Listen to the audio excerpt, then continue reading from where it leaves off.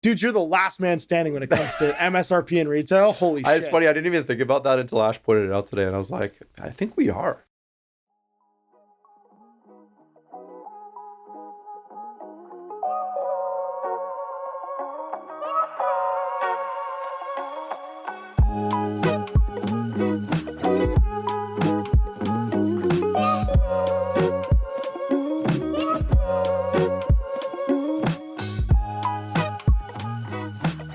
We always give it away like off camera before we actually start recording. Oh, yeah. And then we have to like come back in because you were making such a good point a minute ago. I'm trying to remember what it was. Give it away, give it away. You know how badly you're dating yourself? Do you know how old that song is? 90s, right? Blood Sugar Sex Magic? Yeah. 90s, yeah. Early 90s. They had a greatest hits album before like 9/11? Californication came out. Like a whole catalog of CDs. Yeah. And then they're like, oh yeah, they did another greatest hits album later on with just all their stuff. Yeah, and they only had one good album, so I don't know how they have all these greatest hits. Sorry, I didn't mean to dunk all you Chili Peppers fans out there. I didn't mean to dunk on. Hi, everybody. Welcome to their Inside Tabletop, where we dunk on LA alternative music from the 90s. For all you Chili Peppers fans out there. No offense to Flea and Anthony Kiedis. Hey, John Frusciante is great, okay? I like Flea. He was in some great horror movies. Flea great. was in so many movies before he was actually like Really? in the Chili Peppers. Oh yeah, he was like an LA extra all over the place. It's fantastic. You see Flea in everything. Just look at his filmography and you can see him in some bangers. I never even thought that he had a filmography, so. Right? Exactly. Yeah. Exactly. He's one of those guys in like 90s movies. This is Chris from Modes of War Games and Hobbies. Hey guys, how you doing? We're back again. You blew up several topics of conversation in the last few weeks, but I wanted to have you back because we usually just hang out and shoot the shit and do things. But occasionally We talk about these things anyways and don't do a podcast about them. But then we pop in and we actually like have a conversation where I'm like, no, we should probably stop talking about this because this is like super relevant and something that it hadn't occurred to us to talk about. Because one of the things that I mentioned earlier today, and the reason why I wanted to turn the cameras on really was how you live in both worlds. Like a couple of the topics we hit on, because we hit on 3 topics so far. We talked about the monopoly, a monopolistic market was what I think we came to, not a monopoly, but that there's a monopolistic market in tabletop gaming in several spheres. And then also we talked about 40K, we talked about the old world because they were kind of like the topical big products in your hobby shop. But then we started talking about where you sit in the landscape and why I think it's interesting to have you on to talk about those things. You're not a customer, but you are. And you're not Games Workshop, but you are. Because for any of the brands that you carry in your shop, you're the front-facing staff member. You were forced to represent some of their decisions to the customer. And then on the back end of it, you're still a consumer buying products from them to sell in your store. And so you live in both worlds. Like it's a really weird place to be. And that's how we came to today's topic, which is discounting. Right, yeah. And, you can even add on top of that, I'm also a person who literally buys Games Workshop things and does the hobby. And does the hobby yourself. So it's like, yeah. If you haven't seen that, you can go on his website and see a huge gallery of the armies that you have done for your store. So, yeah. And there's a sense like that it feels sometimes like we're also live on a little bit of an island, despite being in like a mega big, metropolitan area. Yeah, you're Oakville, Ontario, which is a little suburb of Toronto, yeah. And also the wealthiest suburb of Toronto. Yeah. Which we're a little deceived. Jay and I talk about this all the time. We don't seem to get any of those people coming down to the shop. Well, you're in like Oakville Village though. You're in like Kerr Village, which is like a little like, it's more working class. But it's also like a little subset of Oakville. Like it's not like the Richie Rich. Yeah, it's very it's subsected. Like you got like almost like gated communities like to the south of us and to the different sides. And I guess we're just hoping for a few more whales, just to wander in. None, yeah. Well, so this is the reason why I thought this would be interesting to actually talk about, though, is you are one of the last independent retailers, I think, in Canada that charges full price for all your products. You don't discount. Yes. You charge MSRP. That's true. Guilty. What, can you explain the rationale for that? Yeah, sure, absolutely. Because you've had to explain to a lot of customers. Yeah, it comes up less often than you think. But the general idea behind, so the reason we wanted to open a hobby shop in the first place is I worked for Workshop just like you did for many, many years. And I was fortunate enough to run a few different stores for Games Workshop, which was a wonderful experience, eye-opening experience. And I think the thing you get that out of that experience is that you understand, the big thing with Games Workshops is you're adding a ton of value to the experience when people come in. So you're the product. You're the product. Yeah, You're the people that work there are very much the product. And I get that, like, a lot of people, some people watching this might think that that's like the opposite of what's true. Like, they maybe feel, and their experience might vary. Yeah, you have like people rub you the wrong way. Maybe they're a little too salesy or whatever it might be. But at the end of the day, if you look at it objectively, most Games Workshops, I can't speak for every single one, you can go into, you can get help learning to build, learning to paint. You can go in there knowing nothing about something that's actually very niche and very kind of out there, and get like the full experience there, right? And we talked about how that's an investment in advertising, Absolutely. like for the whole industry. Absolutely. Yeah, right? we talked about that in the Monopoly video, like, where it was like, this is something no one else is spending money on, and Workshop spends money on it. So that was my sort of experience, like being in that industry. This is the way you do it, right? You can see the effect of that over the years that you work in a store.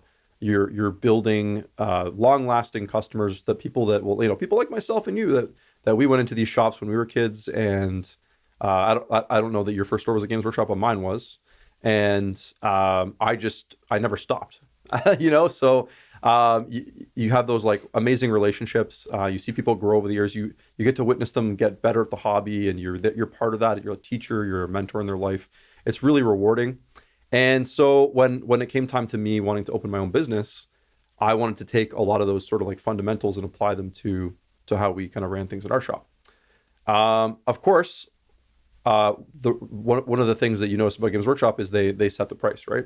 And one of the things we said is, well, we're going to be everything that a Games Workshop is and more, in the sense that, we're very experienced at doing the hobby. We can offer things, even more advanced things, that a Games Workshop can't. And that's a massive value add to customers. Why would we charge less, right? If I'm going to give everything that I gave working for Workshop for years, as far as like experience, knowledge, skills, but I'm also going to offer you 20 different paint lines, 50 different accessory lines, 5 other games, airbrush classes, a gaming space, anything, even just the gaming space now, because Workshop doesn't do that anymore. We have a premium hobby space for 8 people that's well lit, and it's a custom made piece of furniture. It looks like a first class flight on British Airways. Yeah, you got your storage overhead and stuff. Lighting. Like, we literally took all that stuff pillows. People can nap. And I think we actually have a series on our YouTube channel about like opening a hobby shop, which is kind of fun to listen to. You can kind of see the sort of behind the looking how glass, the sausage gets made. Yeah, exactly. And I think one of the things you kind of do when you're like cataloging opening a business and adding up the expensive things, you realize like these things cost a lot of money, right? So even just like adding terrain to all your tables, maintaining that terrain, providing the space, if you factor that into the rent that people are paying, any space you allocate that isn't directly selling you a product, that has to make money in some way, right? Right. So, and I get that there's a lot of places out there right now that aren't doing that necessarily, right? But there's a reason too that how we've kind of been a stable business for a decade. For 10 years. That's why I think you're qualified to discuss this at this point, because for 10 years, through the height of the floodgates getting opened and Workshop allowing discounting, where they didn't, because you started your business right when that changed. Sure. Like, you've survived for 10 years selling at full price. Yeah, and I think I know we'll discuss a few of these things in this video, but like I think there are reasons to discount sometimes, but I think what gets lost a lot now is I think people look at it as the sort of default way that you run a business. It's all about chasing the lowest price, right? Well, what's going to drive people into your store, and algorithmically, I think that how do you even find a hobby shop without advertising on Facebook, right? The discount that you provide. Yeah. That's what I see. Anytime you see a banner ad for a physical store or web store, it's advertising what the discount is, what the main products are that are being sold, and then click the link to go there. Mm-hmm. And that's the draw. The draw isn't, can I get a painting class there? The draw isn't, can I play in that store? The draw is purely, what is the fastest, easiest way to cycle through attracting people to spend money with the lowest effort? What's fascinating about that is that, let's say that, let's just use a round number. Let's say there's 100 stores in the Greater Toronto area. There's not, but let's just say there is. If 99 of them are all doing that, is that an advantage anymore, right? Like you kind of get to that situation where so many of these places are doing the same thing. They're all trying to be the online cheap discounter guy. And so you no longer have your real competitive advantage. So at the end of the day, what you end up doing is you end up just taking a huge cut off the top, which let me tell you, it is a huge cut off the top, right? And like, for example, like if you have a $100 item and you discount it 15%, you're actually making about 33 to 35% less money, like actual take home money, right? So that's something people don't quite realize. Things actually cost money to buy and put in your shop, but or is it, yeah. So let's just provide some context here. Let's say that you can have a $100 box, doesn't matter what the box is, in your shop. You're only able to get 4 of them and you're never going to get them again. Because that's the reality now for a lot of producers. And this isn't just workshop. This is a ton of people who are now struggling to maintain inventory because of the realities of the world. Right.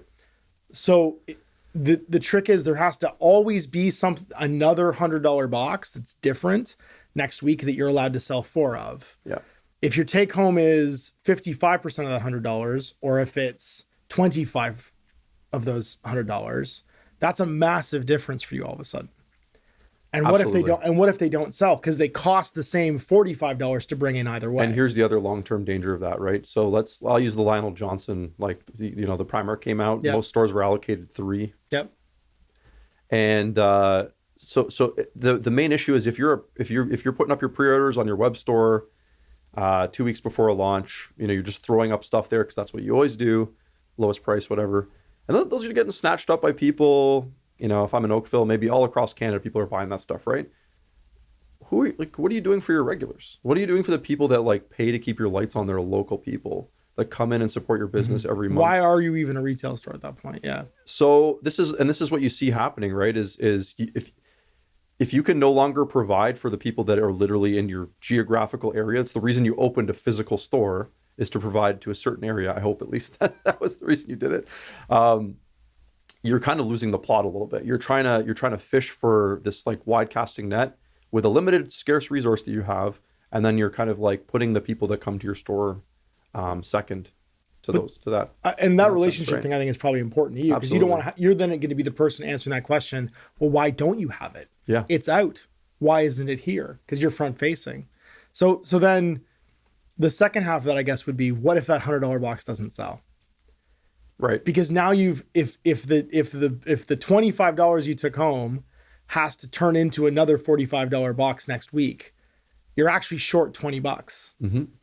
And you only ever get 4. You can never necessarily, like, you have the return on investment, but that $25, what does that get reinvested into? You can't bring anything different. You have to sell the same 4 boxes and they all have to sell every week, because otherwise the cost of ordering the 4 boxes next week comes out of that $25.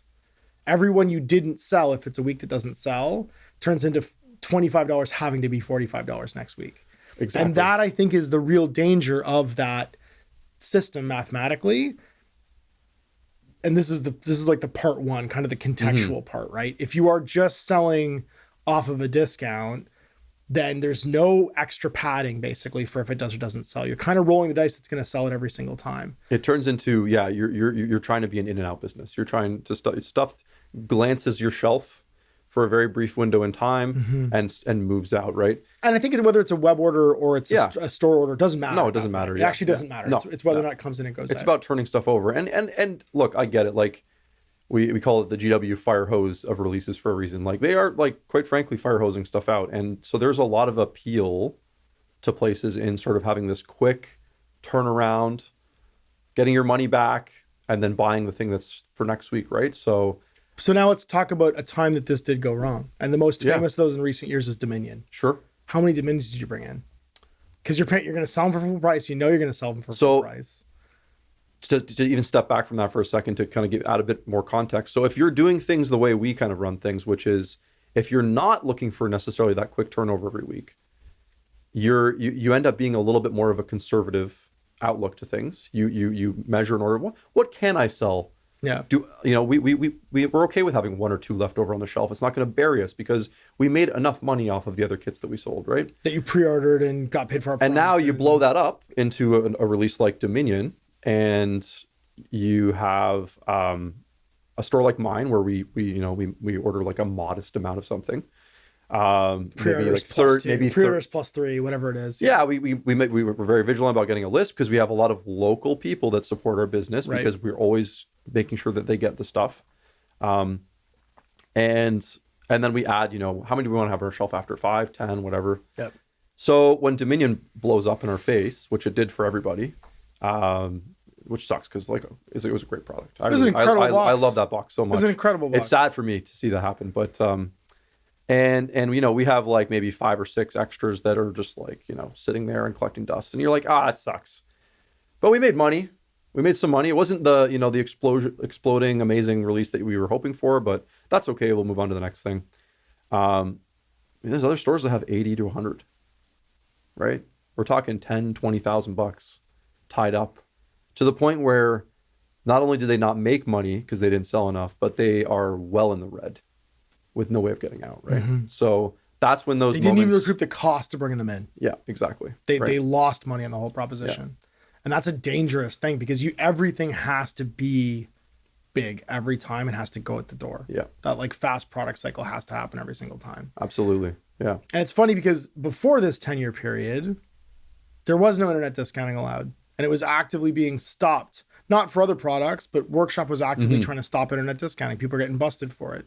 There was newwave.com in the aughts that was selling at 30% off, and they were always getting in trouble. Their website would go in and out of things. Like there was a bunch of like people that were the outlier from everybody else charging MSRP, and they were trying to scoop people towards them by having it at a discount, and that was actively being discouraged. So what happens now 10 years later is you have all of these sort of anecdotes about scarcity. Yeah. It seems like the answer is stop fighting the discounters, let them discount, but only give them so much product. And then we'll just make the remaining sales through our own outlets. Well, and that drives the scarcity, then could drive people into physical locations, Games Workshop's website. And more people end up spending full price than they used to. And I think that's the hidden truth that people don't really acknowledge, is that by allowing internet discounting to happen, and because we talked about this as a monopolistic market, they set the general price for things online. This causes an expectation of getting it online, and when you can't, you then resort to getting it at full price. We have no way of knowing, but I would guess that through just stock controlling allocations, which they're allowed to do, any company can drive more people away from discounters and into spending MSRP on them directly by just allowing the discounters to have only X amount of product. Well, and this is the thing, is if you built your business on transient customers that are just looking for the best price, there's not really much loyalty there beyond the dollar. Those people will go and like, I need this for my meta Space Marine army. That's when I go online. They start making calls, right? Like a big part of my day is answering phone calls about which Warhammer kits I have in stock. From people that you've never met. They're not people that and hey, I absolutely 100% appreciate that they're spending money in my store. Absolutely. I need to make enough money to feed my kids. But it's just recognizing that that's the situation there, and they have a home store somewhere, but there's no real attachment to that place beyond, you don't have X kit. And this reminds me a lot of, I was big into cards years and years ago, and it is exactly the same mentality that card players have that play like Magic the Gathering and stuff like that are looking for their singles that they need for their deck or whatever. It literally does not matter where they buy it from. They just need the card. So it's kind of fascinating to see that sort of culture develop. And I think that culture of like the consumer is constantly chasing X product because, we talked about this in other videos, the turned up volume of like new releases, buy. And also just like the fact that there isn't as much product in the secondhand marketplace and even in the firsthand marketplace anymore. So you have to, like, I went to Calgary to play Infinity last weekend. There was a unit I needed from Corpus Belli. I couldn't get it locally. I tried. Yeah. Luckily, I found it at a guy I'm friendly with store in Halifax. Oh, there you go. And ended up having to like, I looked online everywhere. I was on your site. I looked on like every local retailer that I know, and then ended up finding it in Halifax and emailing Hecatina Miniatures and being like, he's a miniature painting service too. So he has like, you can buy this kit painted, unpainted. Like he has this really cool website where if you want to buy the kit assembled and painted, he just charges X amount and it'll ship it out to you. And I was like, I'll just buy it unpainted. Like I just need this kit because I need it for this tournament I'm going to. And I experienced that. Having to like chase down a product. So that's a real impact because everybody has to chase that model if that's the new model that's accepted. Now everybody has to discount the whole economy. Well, and that's the culture. I think that you have these customers that are transient, and there's a bit of fear. I think if you're running a business, and this is where I can completely empathize, where you just feel like you have to just try to chase that, right? Right. You have to chase. Those are the customers now. Okay, I guess we have to chase that. That's what it is. And this almost like a reset of a price, right? Well, they will leave you.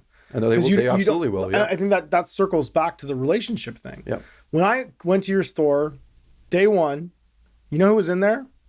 All your customers that were already your customers from having worked for Workshop for 10 years. Yep. They all went with you. Yeah. Well, I wish it was all of them, but yeah. But as many as I could bring. Everyone that was in that shop was someone you knew. Yeah, for sure. Every single person you'd formed a relationship after a decade working in retail with Games Workshop. Yeah. And they came out and they celebrated you opening your own store and wished you good luck. And maybe that was the only time some of them ever came in. Yeah. But that was the matchstick that started a 10-year journey where you now own the building and you know what I mean? Like you've reinvested in your own business multiple times and been able to because you've succeeded through a pandemic, right? Like through a bunch of waves of releases and changes in the industry where now everyone's allowed to discount. And so every company has to discount. Yep. And that's the last thing I wanted to talk about too, is what's the impact of this on every company that doesn't have a good margin? Because when you buy a product from somebody, sometimes you're getting it for, the standard retailer, 45% of cost or MSRP, you get to make 55 or it's flipped 55 to 45. That's usually, it's that window for those you don't know. Usually the retailer will get a discount that's either just over or just under half, and they share that with the manufacturer. If you have to pay 70% of MSRP, or you have to pay duties to bring it in on top of that, which is a huge thing, because you guys have European paint lines, you have European airbrushes, you have stuff that the government takes a big piece of coming into the country. And the consumer can buy it locally, but you have to pass that on to them. Absolutely, yeah. Right? How much do you eat into your own margin before you have to say ouch, or before it just becomes something you can't bring in? Yeah, and I think like our general philosophy on that we took day one with just saying we're worth it. We think the experience when people come in is worth it. A thing like an airbrush. Yeah, we could take a low margin on something like that and maybe match prices with someone in the US or something. But we say, no, you know what? What do we need? The question normally is, what do we need to make on this, right? Yeah. As opposed to what should we price it to match somebody else, right? And that goes with we're buying Dungeons and Dragons books from our distributor at almost the same price as like what Amazon sells them directly to customers. And I still have people that come in and buy D&D books almost every day. And you just have them to have them. Isn't that crazy that you have shelf space dedicated to products that you make no dollars on almost? That you make maybe 5 or 10% on the cost of sale for. But to the consumer, it doesn't feel like that because they go, I just gave you $75. You just made $75. And you go, and that's actually, I made $5. Yeah. And that's where it becomes tough sometimes because people don't know what the things cost to put on the shelf. Or even like, sometimes it's not even what they cost. Sometimes it's just sourcing things and how difficult it is to kind of obtain a product, and there's no general appreciation because there's no context for that customer about I want to buy X. Why does it cost this much money? That question, you and I both feel that question where it's like, well, it says on the website for this European at exchange for euros, this should only cost me this much. And it's like, but I already paid duty for you, dude. That's right. Like that thing's going to cost you that much in exchange in euros right now. And then you're going to get $100 tax bill when it comes in. And sometimes customers, it's going to cost you $250. You can't do anything. And that customer just has to like experience that to understand like, okay. How many times have you had that person come back to you and been like, I just had to pay I paid a $50 duty on that $75 thing. And you're like, yep. I heard that from Australia, and all of a sudden my COD was like $214. Exactly. So And say sometimes you get lucky and the government misses it, and you get lucky, but you're rolling the dice every single time. You're rolling the dice, exactly. So, yeah, I think at the end of the day, it's knowing how much money you need to make a living and trying to figure out how you can do that with the products you sell in your store. And like you were saying, some of these companies, not to their own fault, they some of them to their own fault and some of them not. Like smaller companies say, well, this is the biggest discount I can give you because we need to make X amount of dollars. I can't sell it for less than it costs to make it. And you're like, well, the margin's so small. I'm taking a big risk bringing this in. It's already going to be tough to sell. And this is one of the reasons things don't end up on store shelves for small companies. This is why they end up running it out of their garage. Like if people ask, like, why didn't you bring this in? It's like, well, because that $75 box cost him $65 to make. And then to ship it to me and to pay duties, I'm gonna have to charge $95 for this thing. Yeah. And then I'm gonna make $10 each one I sell. And I love that guy, and what he makes is amazing, but there's only so many square feet on my wall. I have to make that call. Exactly right. And what if it goes wrong? You're stuck with thousands of dollars of stuff that you can't move. And, thousands of dollars stuff that was made with great intentions and a beautiful game, and that's such a I think a reinforcement of the kind of like slow but steady idea of doing MSRP and adding value to the experience of being in the store, and maybe having less customers because of it. Yeah. And accepting that maybe less new people find you algorithmically because of it. Yep. Because less new people come in, but the people that do come in, it's funny. You had a guy from the US come in and visit you the other day, didn't you? And what did he say? Yeah. What did he say? He said, I wish. Oh yeah. This is a comment. It's always like, this is great. It keeps me going, we often hear from people that live out of town or from the US. This guy said, I just wish I had a place like this near me, and you're just like, wow, that's awesome to hear. Right. Yeah. So you're doing things the right way. Sometimes it's hard to see it. Like one of the things, like there's a lot of pressure to discount. Absolutely. I won't say it's got to be hard when you're scrolling through Facebook. Sure. And every third banner ad is for a store within 10 miles of yours. Yeah, absolutely. That offers 30% off. For sure. Because every time I scroll through Facebook, my algorithm shows me the 10 other retailers that have online stores that sell online. It used to be one because they were cheating, and then it was allowed, and now it's everybody does 10 to 20% off. But this stuff echoes down all the way through, like, Jay and I, how we try to get people into the hobby, and it's more about buying things that mean something to you and seeing it through, building it, painting it, playing with it, enjoying it. And I think part of the chasing the cheapest price thing, it can be a way that you can amass tons of stuff that you'll never get to. Like, we do this with all of our hobbies, right? Like, you buy things you don't need, and it's sort of it's probably a personal thing, but like, it's sort of like where I want to be in the culture. I want to be a positive example of how to do the hobby. And you want to be like getting up and going to work. Yeah. Finish the things you buy. You're gonna love them. You're gonna enjoy them more. And to be honest, when you do that, you find you don't need to buy as many things, and you don't mind paying full price. And the pressure comes off. The price matters a lot less, right? Yeah. Well, that's the thing, is you don't actually that is that thing driving people to end up paying MSRP, because that scarcity is like feeling like you need to get it right now and it's never going to come back. Everything comes back. You don't need it right now. Yeah. You're not going to finish it tomorrow. Like, you can wait for some things and you'll see them again, right? You don't need that $75 set of 10 dice. Yeah. You didn't need that. Well, my buddy has a 2-week trick or whatever. He says, whenever I want to get something, I wait 2 weeks. Yeah. And I'm like, it's amazing how powerful that is. Here I am, like, I'm a guy who sells things. I'm telling you to wait for a buyer. I'm terrible at my job. Fucking, how are you in business? How did you survive 10 years? I don't know, man. Why are we listening to me here? Jay just locks you up when you're not. When you get to the store, he just puts you in the basement. He is the better capitalist. You need to go stock the shelves. Yeah, that's right. Yeah. I'll talk to the customers, Chris. Yeah. You're just like, I'm gonna get the paint. That's really funny. Well, I don't think that, like, and again, I don't want these videos to ever be like an indictment of anyone who discounts or or like to say that you're doing it better. It's that you've made a very different choice. You're an oddity. You're an outlier in this whole thing, which is why I wanted to talk to you about it. But also, you've managed to survive a lot of the big ups and downs that have happened in the last decade with like the floodgates of discounting, with things like a big release like Dominion, which just tanked some people, they sat on that inventory, with card games coming and going, because you stock cards too. Like you don't truck with like the newest hottest thing. You wait like 2 weeks to see what's going to We're come like out. super cynical about the card world. Yeah. But even with D&D, like you have a good selection of D&D stuff. You have all the new hard plastic kits for D&D, all the character kits and stuff that the Whiz Kids did. Really cool stuff. Yeah. Really cool stuff. But like you didn't overdo it where like slow and steady. Yeah. Slow and steady. Yeah. Like yeah. What do you call it? Choosing slow dimes over fast nickels? Well, you're choosing fast nickels over slow dimes. Yeah. Fast nickels are always easy to get. Yeah. And they come in fast, but they end fast. And slow dimes come in over time and you have to work to get them. I'd rather have the slow dimes because honestly, it's the idea that you get to keep what you kill.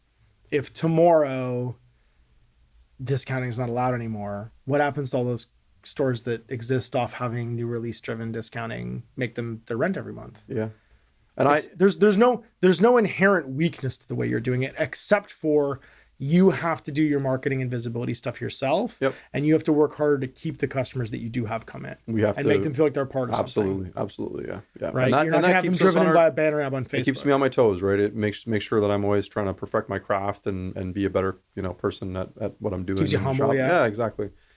But just to kind of go like what you were saying, I don't remember who told me this, but it's always stuck with me in life is anytime I'm considering a big decision, I think about whether what's the easy road and what's the hard road. And more often than not, the things in life that are truly worth having, they don't come easily, right? They don't. Yeah. And, when it comes to the business, like often the hard choice is the right choice.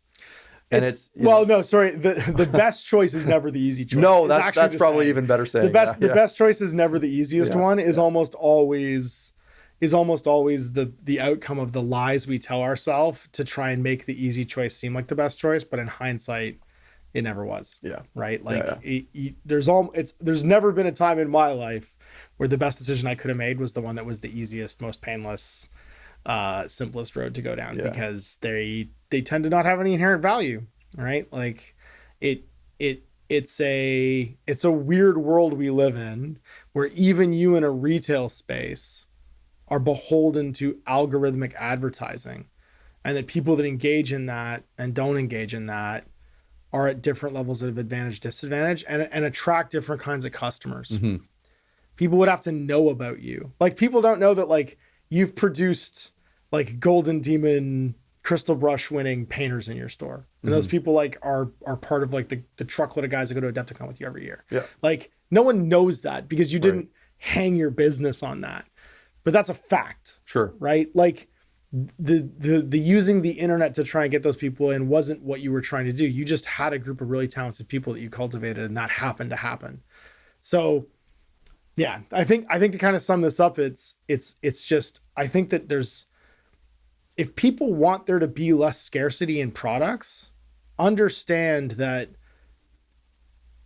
there's larger sort of market forces at play that make it so that you end up paying full price anyway, or more. Yeah. I think that's what I would think your insider knowledge, I think, puts up in lights, is that running 180 around the discounting problem and just allowing it to happen, but controlling the supply into it actually creates a situation where more people end up paying full price.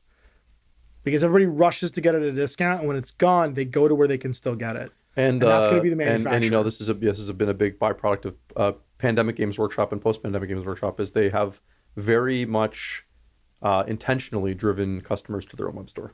Yeah. Yeah, absolutely. You did not shop at the GW web store 10 years ago the way that you do today.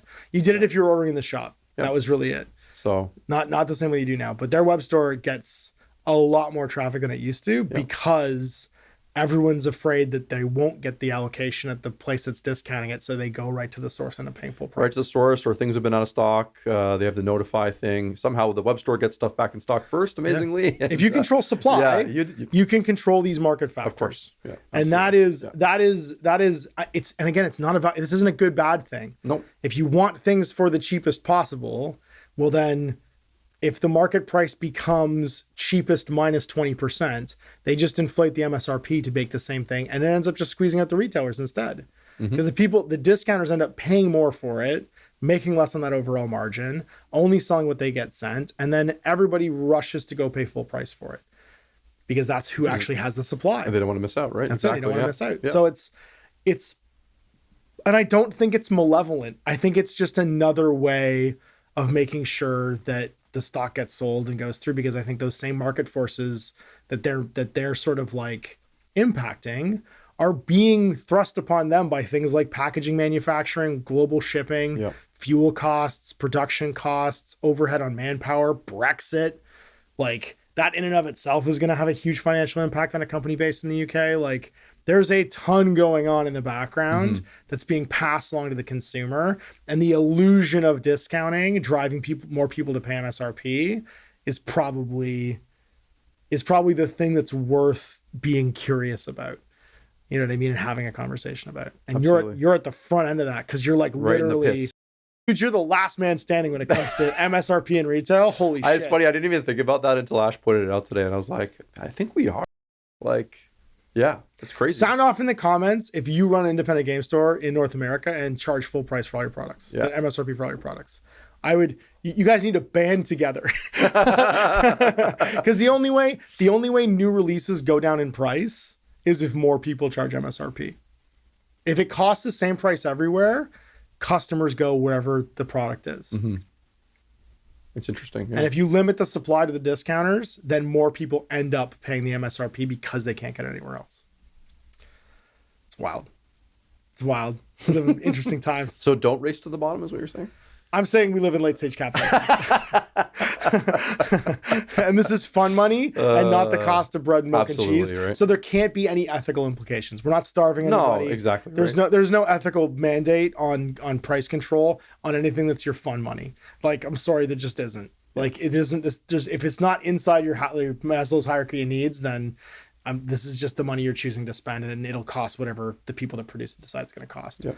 But there's an impact, and market forces are what they are, and supply and demand is what it is. Absolutely. Sweet. Thanks, man. Good luck. Gonna Good need luck. it. Die on that hill. Die on that hill. Thanks, everybody. Take care.